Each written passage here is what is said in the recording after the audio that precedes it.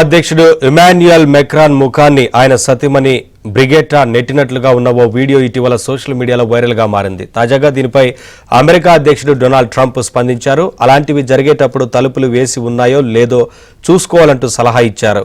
Oval కార్యాలయంలో మీడియాతో మాట్లాడుతున్న సమయంలో ఓ జర్నలిస్ట్ మెక్రాన్ అంశం గురించి స్పందించాలన్నారు. దీని గురించి తాను నేరుగా మెక్రాన్తోనే మాట్లాడానని, అంతా బాగానే ఉందని ట్రంప్ తెలిపారు. అలాంటి ఘటనలు జరిగినప్పుడు తలుపులు వేసి ఉన్నాయో లేదో ఒకసారి గమనించుకోవాలని Trump చమత్కరించారు. France slapping her husband, Emmanuel Macron.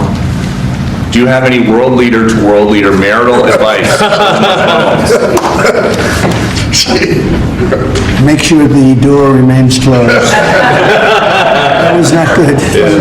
No, I spoke to him, and he's fine too. They're fine. They're two really good people. I know him very well, and I don't know what that was all about, but I know him very well, and they're fine. What do you think about the Democratic Party of France slapping? ఇటీవల Vietnam పర్యటనకు వెళ్లిన Macron దంపతులు విమానం హనోయిలో దిగిన తర్వాత బ్రిగెట్టా 2 చేతులతో మెక్రాన్ను నెట్టివేశారు. అయితే విమానం డోర్లు తెరిచి ఉండటంతో కెమెరాలు ఒక్కసారిగా క్లిక్ మనిపించాయి. ఆ వీడియో సోషల్ మీడియాలో వైరల్గా మారడంతో సంచలనమైంది.